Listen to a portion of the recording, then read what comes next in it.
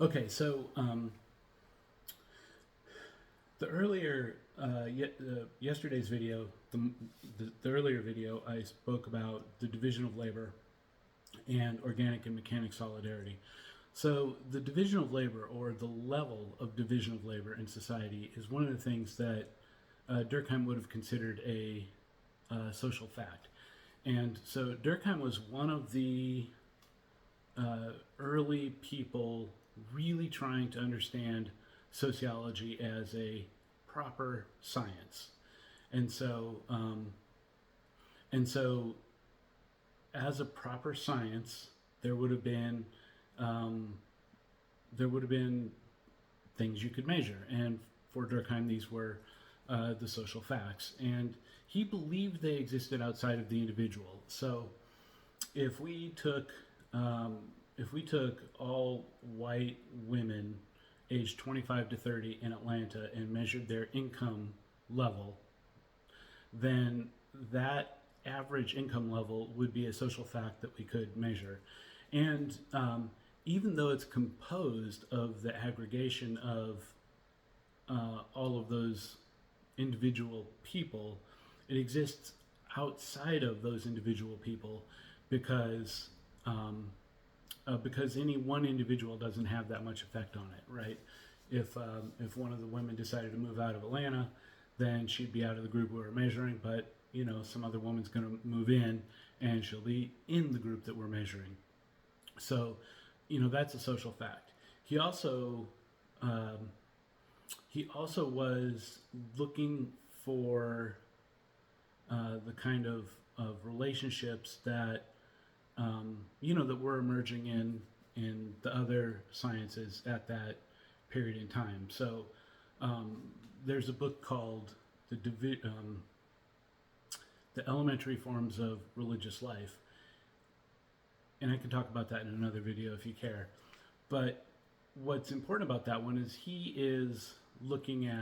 goes through and tries to understand what he sees as simple or primitive or elementary religions by reading all the ethnographies he can find of people who went and traveled to other places. So he's very much treating those ethnographies as primary data, and he's doing a secondary analysis of it. Now, the elementary forms is not a numerical; it's not quantitative; it's a qualitative, interpretive um, analysis. But he does do some early stats, and that's where I want to talk today. I want to talk about suicide and anomie, which I think there's a couple of things to take away. I love this idea. And also, when we get around to talking about anomie, recall we talked about Marx and his understanding of alienation as kind of an unhappy psychological effect of the modern world upon people, because you're going to get that vibe when we talk about anomie, even though neither theorist would think of them as the same thing. But I do think it's interesting that all these writers have a what's the problem with modern life kind of idea built into their thinking. Okay, so because Durkheim is trying to understand sociology as a science, and he's trying to understand these social facts, these ideas of of of, of social metrics that exist outside of the individual. Uh, we need to talk about the ecological level as well. Um, if I forget, help me remember. He is trying to very much develop an understanding of society where you can. It's the positivist understanding that we started with, like way back at the beginning of these videos, where you're trying to build a positivist. Here's our theory. Here are the hypotheses. Here are the measurements that we're going to use to test those hypotheses. And as we work through this scientifically, we'll be able to weed out the stuff that's wrong, and eventually we'll have a true science of society. That's where his social facts are. Those are the measurements that are going to play into these things. And so his one of his famous books is Suicide. I don't have it here. One of his most famous book is called Suicide. And word has it that the reason he tried to do that was really to try and show that sociology could be treated as a science. And why study suicide then? Well, because suicide seems to be a highly individual act. It's a thing that I decide to do to myself. And so if Durkheim could show that there were societal variations in suicide, then he could make the case that sociology should be a proper science. In so doing, he's suggesting that you can't understand suicide fully by trying to understand it as an individual decision. Yes, an individual did it, and the individual may have had his or her reasons, such as they were, but that's not the whole story. There is some social influence there. So he wants to study suicide that way. So when you look at the book Suicide, he spends several chapters right away trying to show that conventional understandings don't bear up to scrutiny, right? So we all know that it's kind of a given that the weather in England is terrible, and so we would expect them to have much higher suicide than someplace down on the Mediterranean, beautiful sunny, I don't know, Italian weather, whatever, and maybe the Norwegians have higher suicide because it's been half the year it's dark the full time, which is a pretty weird effect. Dark full time.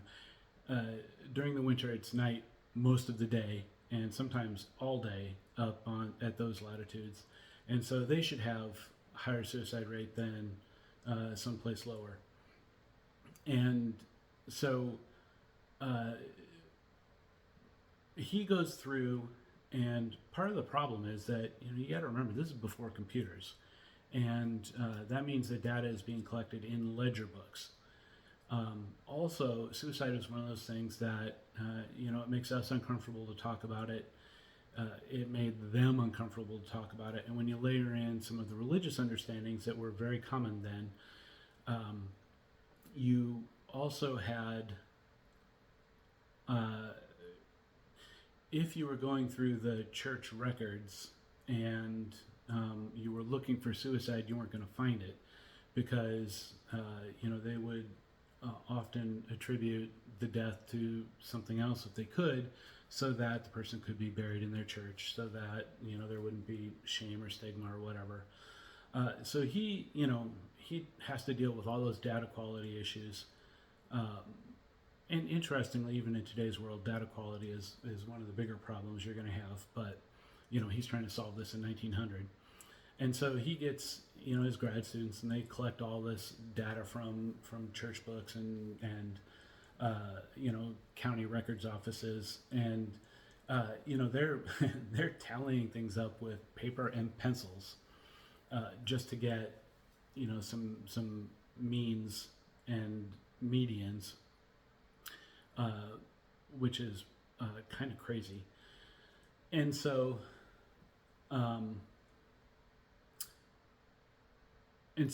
he's sorting out all of those.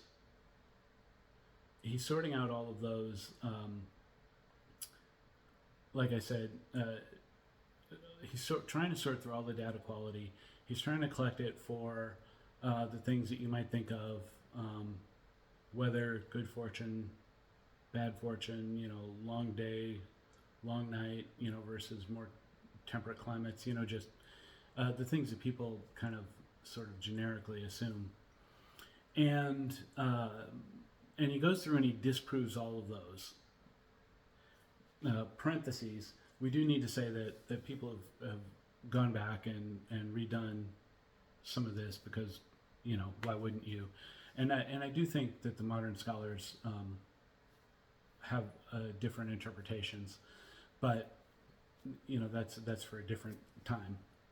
Okay, so he's trying to do this quantitative study using statistics with paper and pencils and grad students poring over church records and county records all over the continent. And what does he come up with? Well, he comes up with uh, he comes up with four. You know what?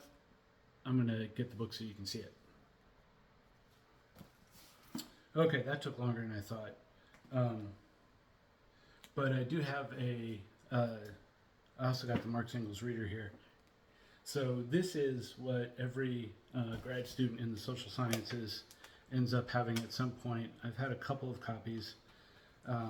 This one is one that I was teaching with about 15 years ago, but I think I needed to get a new copy because my copy had gone away. Suicide, this one may be. So this is suicide. This is Durkheim suicide. This one legit may be from when I was an undergrad.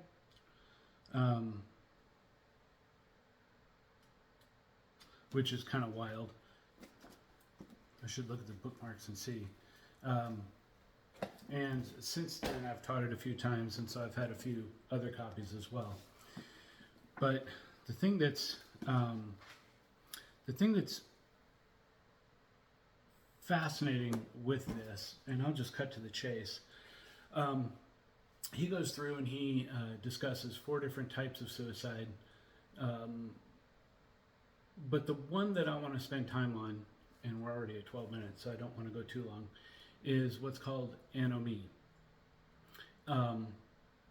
And the reason I want to talk about it is because it's a useful concept, and it's also much larger than just the study of suicide as he posits it.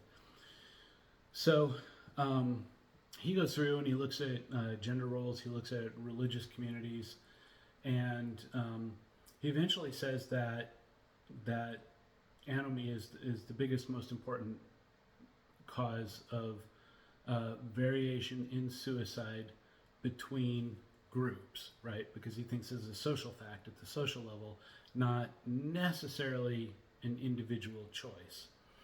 And so now recall what he said, or what I said he said about the organic solidarity of simple groups and that shared worldview, shared mindset, shared morality. So anomie, as he sees it, is the state of normlessness. Not quite lawlessness, but something similar. So what does he mean by this? Well, it'd be easier to start with a couple examples and then circle back to it. So one of the funniest ones that I think he talks about is, and I wonder what this says about him in his life, but one of the funniest ones he talks about is the guy who gets a divorce, right? So you've got a guy in a relationship, and he's frustrated that he's not having more quality time with his wife. Maybe it's like Tuesday night and it's kind of boring, and every Tuesday rolls around and he gets what he gets, and he wishes he could get more, and there's beautiful people in the world that he's not with because he's just with his old wife, and then he gets a divorce, right? So he walks out into the world with his divorce, his fresh new papers, and he says to himself, now I can have anyone, anytime, who's willing to go with me. And so Durkheim suggests that even if this guy goes out and starts frequenting the pubs, 1902 Tinder, and manages to uh, get lucky twice a week with a new person every time, that he's likely to be unhappy, and perhaps even more unhappy than when he was getting what he got once a week or once every other week with the same old person, right? And the reason for that is that when that man is in his marriage, that puts a certain boundaries upon his behavior and his expectations. And so, he can look out at the world and say, look at all the beautiful people. But he doesn't expect that he's going to do more than look at the beautiful people. Whereas once he gets a divorce, right, he can walk out and now he can, he thinks that they're all fair game.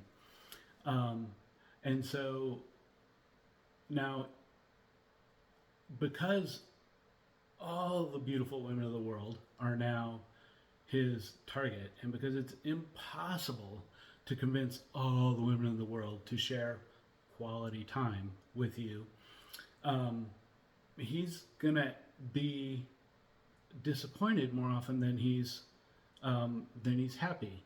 And so, in a world where he's got these constraints and he's fighting against those constraints, he's frustrated, but he's satisfied in ways where there's no constraints.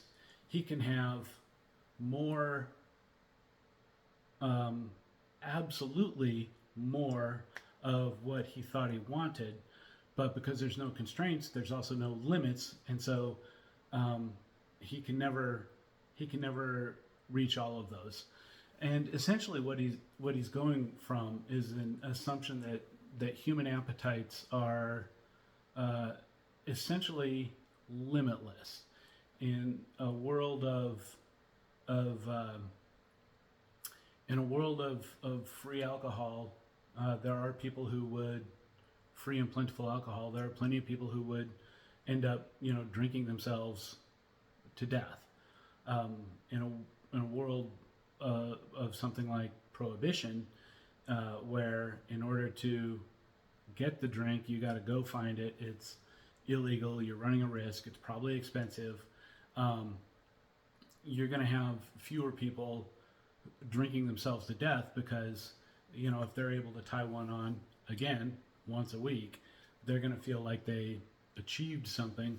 Whereas in our world, if you really want to drink and you're over 21, bad liquor is cheap, and so you can have enough of it to cause yourself trouble. He sees this in religious communities, especially ones that are ensconced in, well, he sees a difference between Catholics and Protestants, but we'll go there in a minute.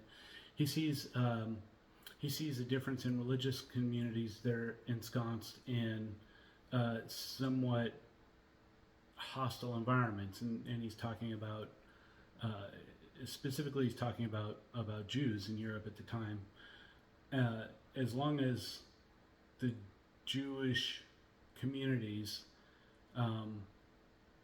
not as long as the Jewish communities at the time felt that they had to be fairly insular, so they were a little more of that organic or mechanic solidarity, a little bit more of that shared group against a world that was kind of hostile, that they couldn't trust, and so they were less likely to commit suicide. Now I'm jumping ahead.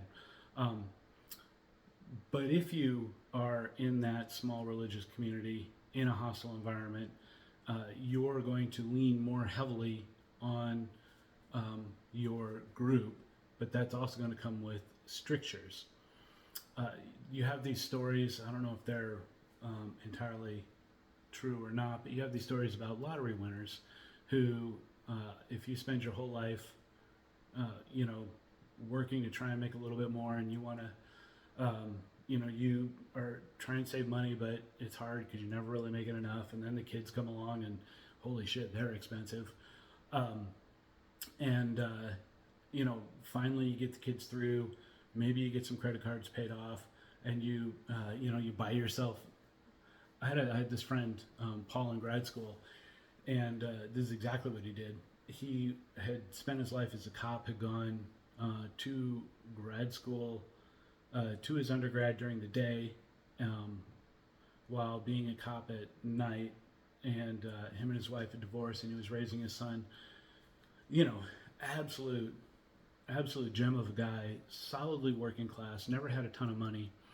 And then, he was in grad school with us, and his son was finally, I don't know if he'd gone off to college or got a job, but his son was finally grown up and on his own a little. And so Paul bought himself a like a 1960 MG, those little convertible cars. And at the time it was like $3,500. It wasn't much, and they're still not super expensive. But this was like he had achieved something, right? Well, if Paul had bought a Powerball and won $300 million all of a sudden, what does that do to the value of this, little old car, which you had dreamed about and you had to work on because it was old and it was small and it was cheap, so he was working on it. All of a sudden he doesn't have to buy the used MG. He can buy, a brand new Porsche. I mean, spend $100,000. Who cares?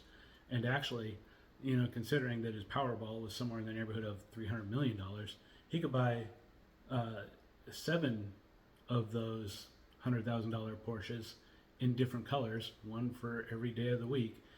And so so all of a sudden his little car is like, it's kind of pathetic, right? I mean, I don't think it was. I don't think he was like that, but roll with me here. This thing that which you had placed so much value in and was so important to you is now just, so much. It now just isn't that great. So he, so notice in this model, that little car, like that budget that you're fighting against, that you're trying to raise your kids within, and you have some, humble dreams about a $3,000 antique car. You're trying to live within that. Notice that that's very similar to the married guy who doesn't get enough quality time. He's in this world. There are constraints on that, and he's fighting these constraints. So Durkheim's understanding of anomie is that in a community that has less control over its people's lives, that community has a higher level of anomie, and so consequently, it's going to have a higher suicide rate.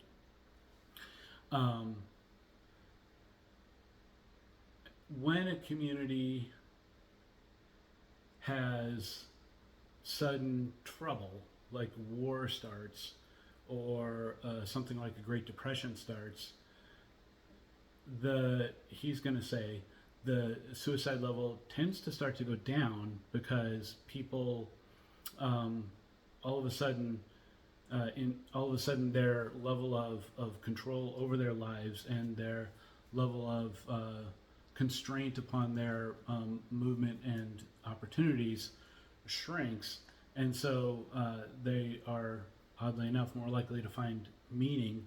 And it's kind of a weird thing.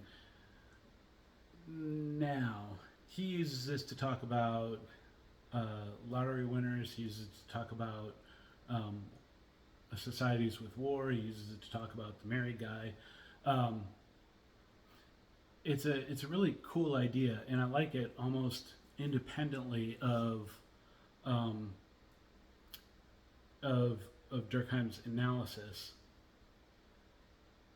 Let's put a pin in that. One more thing I do need to say about that is, even though Durkheim says social facts are external to the individual.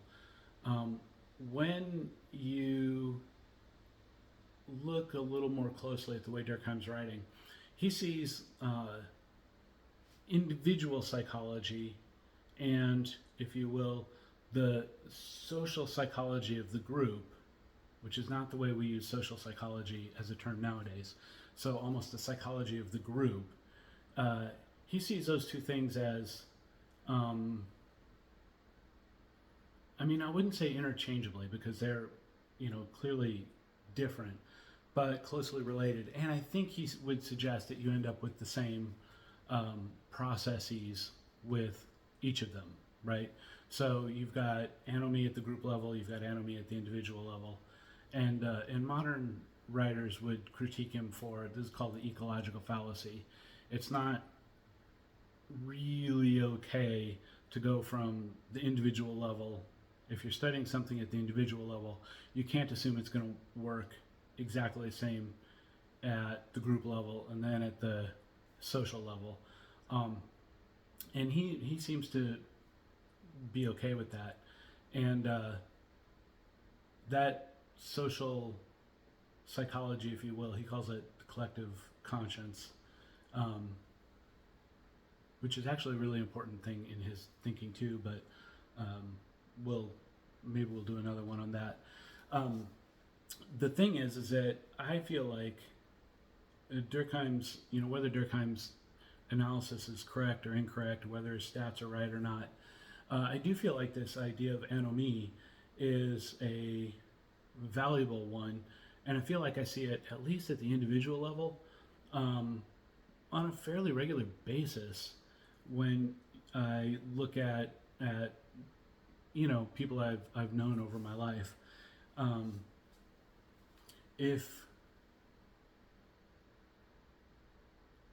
Well, there we go. Period.